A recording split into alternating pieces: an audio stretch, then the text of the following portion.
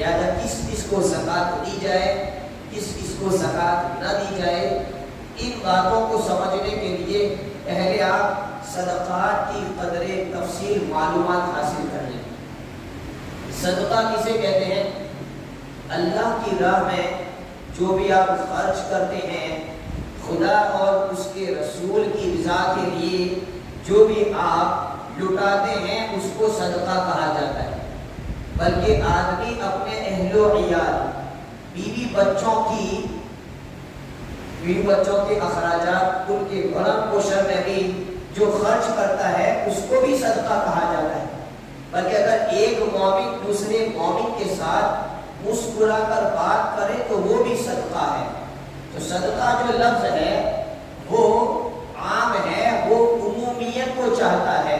حالانکہ ہم نے اپنے ذہن کے اعتبار سے صدقے کے لفظ کو ایسا لیمٹ کرتے ہوئے اس کو ایسا بدنام کر دیا کہ صدقے کے لفظ ہی سے لوگ بھاگتے ہیں۔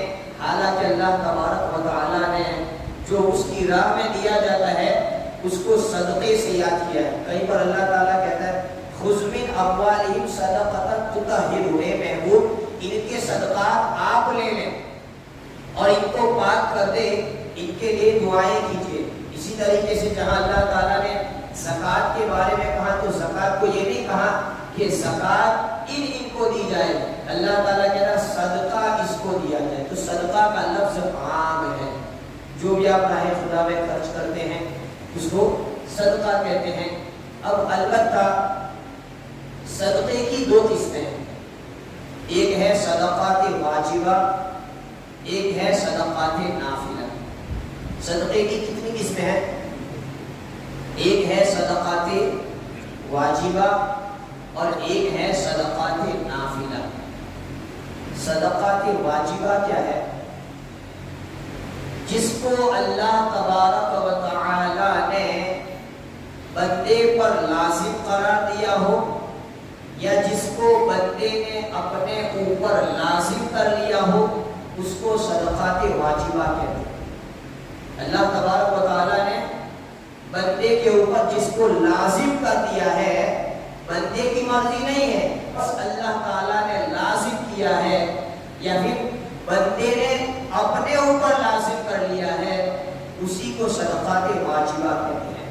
جیسا کہ زکوٰۃ یہ اللہ تبارک و تعالیٰ کا فرض کرتا ہے، اسی طریقے سے صدقہ فطر یہ صاحب نصاب پر لازم ہے، اسی طریقے سے عشر کھیتیوں کی زکوٰۃ یہ اللہ تعالیٰ نے بندوں پر لازم کی ہے، اسی طریقے سے کفارہ جو ہے، اسی طریقے سے فدیہ، یہ سب جو صدقات ہے وہ صدقات واجبہ میں آتا ہے۔ اسی طریقے سے نذر یعنی منت، اللہ تعالیٰ نے تو لازم نہیں کیا لیکن بندے نے اپنے اوپر لازم کر لیا کہ بندے نے اگر کوئی ایسی منت مان لی، کوئی ایسی نذر مان لی اور اس کے تقاضے، اس کے شرائط پورے ہوتے ہیں، تو اب اللہ تعالیٰ کی طرف سے لازم تو نہیں تھی لیکن بندے نے اس کو اپنے اوپر لازم کر دیا، تو اب اس کا شمار بھی صدقات واجبہ میں آتا ہے۔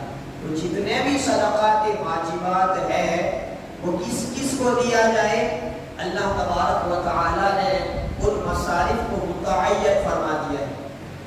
اسی طریقے سے صدقات نافلہ، اس کے علاوہ جتنے بھی ہیں بندہ اپنی رضا سے، اپنی مرضی سے راہ خدا میں لٹاتا ہے، مسجدوں میں دیتا ہے، مدرسوں میں دیتا ہے، اپنے بچوں پر خرچ کرتا ہے، اپنی بیوی کو دیتا ہے، اپنے بھائیوں کو دیتا ہے، سادات کو دیتا ہے، کسی پڑوسیوں کو دیتا ہے، کھانا کھلاتا ہے، جو بھی راہ خدا میں دیتا ہے، صدقات واجبہ کے علاوہ جو بھی ہے اس کا شمار صدقات نافلہ میں ہوتا ہے۔